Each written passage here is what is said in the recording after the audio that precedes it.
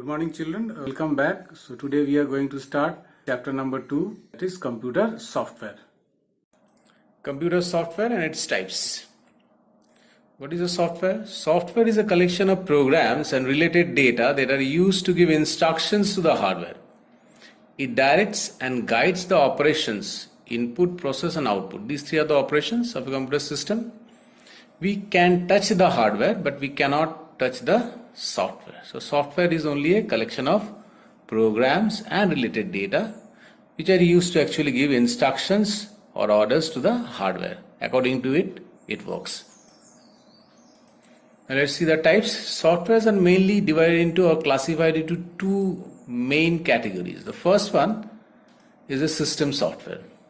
The second is an application software. System software is again divided into three categories. The first one is an operating system. Second one is a language processor, which consists of compilers, interpreters and assemblers, which you learn in detail in class 7. And the third one is an utility software. Application software, on the other hand, is divided into two types: general purpose application software and specific purpose application software. So these are the classification or types of different types of computer softwares. See that relation between the hardware and the types of software, how it is related. Now see in the Venn diagram there, the hardware is the center. We, the user, are interacting on the outer circle application software, and application software is giving instruction with the help of system software to the hardware. And then only we can make the hardware work. Clear?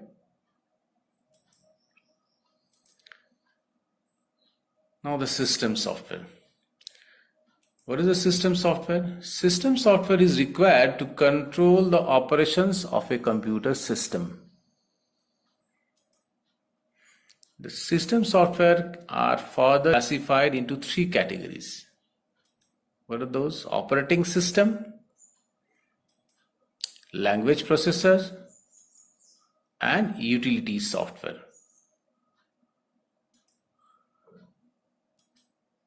Now first one, the operating system.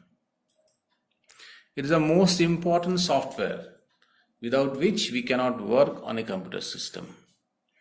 It is a software which lets us communicate with the computer. It serves an interface. Interface means link between the user and the hardware. So without this software we cannot actually work. The machine is a dumb one if there is no operating system. It cannot receive any instruction and it cannot give out any result. So operating system is the software by which a link is created between the user and the hardware. We, the user, are connecting with the hardware with the help of the operating system only.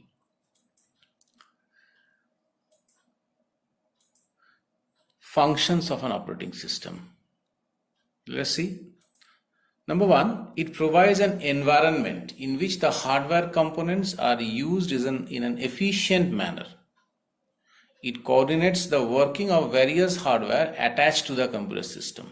It creates an environment on which other hardware components, whatever hardware attached, input devices, output devices, are used in an efficient manner. Because it gives instruction to the hardware, it coordinates and manages the working of various hardware attached to the computer system. So when one print command is given, the instruction is going to the printer, not to the screen or the video. Second one, it acts as a resource manager, important function.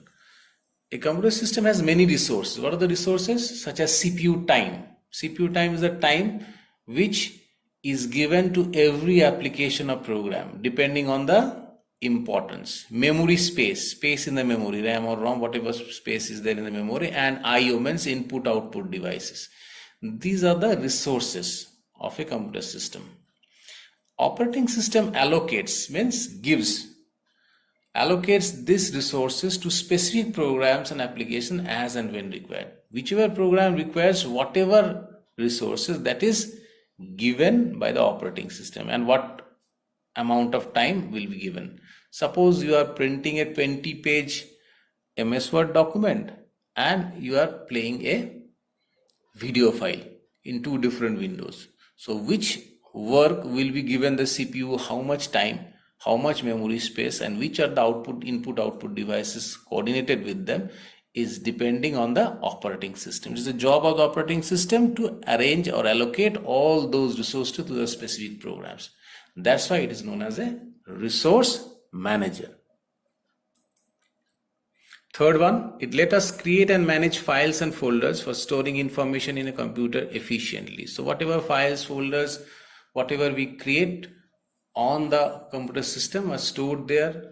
You can change it, edit it, manipulate it, copy, move. So whatever file system manipulation arrangement, that can be done with the help of the operating system only. Next, examples for desktop and laptops: Windows, Linux, and Mac operating system. For mobile phones, Android and iOS. Other than this also, there are many more operating systems.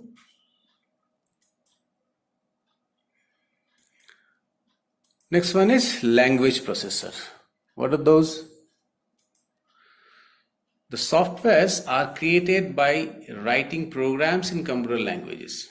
Whatever software you use, that are actually created by writing programs in computer languages such as C, C++, Python, Java, etc. are the computer language in which programs are written, and by writing programs, those softwares or packages or apps are created. So a language processor is a software that translates or converts a program written in a computer language into the machine language so that it can be understood by a computer. See, the computer doesn't understand the programs written in the computer language, which is in English and mathematical symbols. Computer only understands binary or machine language, which is in terms of zeros and ones. Zero means off and one means on. Zero means off, means absence of electrical power. One means on, means presence of electrical power. So the program the user writes needed to be converted in this machine language or binary language which the computer understands to give the output. A language processor does it.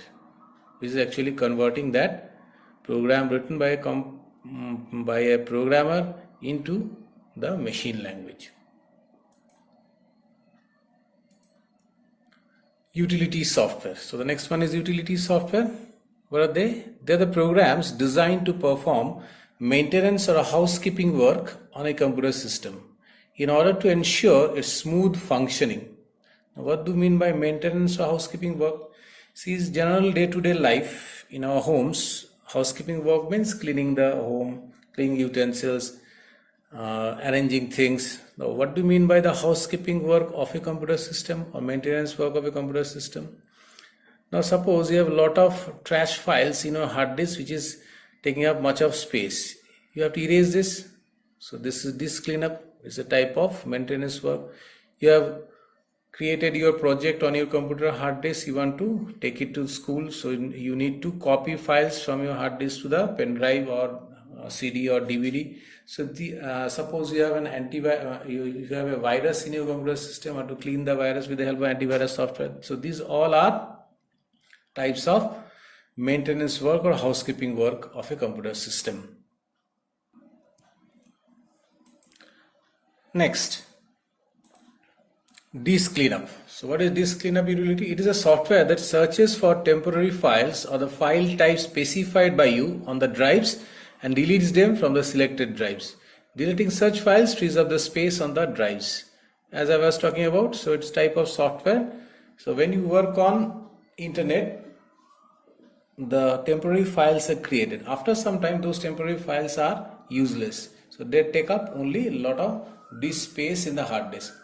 So when there is a lot of files in the hard disk, your computers become slower and it takes more time to load applications or programs. So you need to delete those files. So disk cleanup is one that to free up space. So this cleanup utility you don't have to buy separately. It will come with the operating system in Windows itself. In Windows 10, you just click on the search box, and in the search box type the disk cleanup word, and you will get that application and delete the files which is not required. Next one is antivirus software. For this, we should know what is a virus. So virus is a computer program that may disrupt the normal functioning of our computer.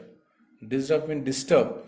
It can slow down the working of a computer or may lead to system crash.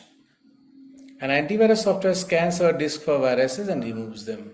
Okay, so when there is a virus in your computer, the system may slow down, program may not run properly, and automatically it may shut down, the system may shut down and again restart. This is known as system crash. All these things are due to viruses. So antivirus software scans our hard disk and other disk for the which is attached to the computer system and cleans the viruses and removes them. Examples for antivirus softwares are Norton, Quickhill, AVG, McAfee and Avira. Other than this, there are also other antivirus softwares in the market, so we can use them according to your need. Next one is application software. What are application software? They are a set of programs designed to help the user to perform specific tasks. So there are many kinds of application software. So every one is used for a definite task. Okay. Application softwares can be further divided into two categories. What are those? General purpose application software and specific purpose application software. So general purpose application software, what are those? These are developed keeping in mind the general needs and requirements of a large number of people. Normal day-to-day life, the software which is required in a computer system are known as general purpose software. Examples are word processing software. First one, let us see what are word processing softwares. This type of software is used for creating text-based documents such as letters, stories and reports. All word processing software provides options for creating, editing, formatting and printing text and graphics in a document. So we have already done that in the previous classes. Word processing software, MS Word we have done to create your projects and all that. Type text, format it, change the shape, size, color, style of the text, insert graphics, change all those graphics, modify them and print them in the way you want. Examples are MS Word, then WordPerfect, then OpenOffice.org Writer. This works same as MS Word. It's free, open source software. Next, spreadsheet softwares. What are those? This software accepts data values in row and column format to allow users to manipulate, mischange, calculate and analyze data in the desired manner. So we can do all calculations. It looks like a row and column format. So cell, every cell we input the data. Then with the help of formulas we can calculate something and analyze the data in the desired manner. All your marks of the exams etc. are actually the result is being prepared with the help of this type of spreadsheet softwares. Example, Microsoft Excel, then Lotus 123 now used nowadays, and OpenOffice.org Calc. It's also same as Microsoft Excel, which is open source software. So students, that's all for today. Hope you have understood. Until the next class, until the next video, is goodbye and happy learning.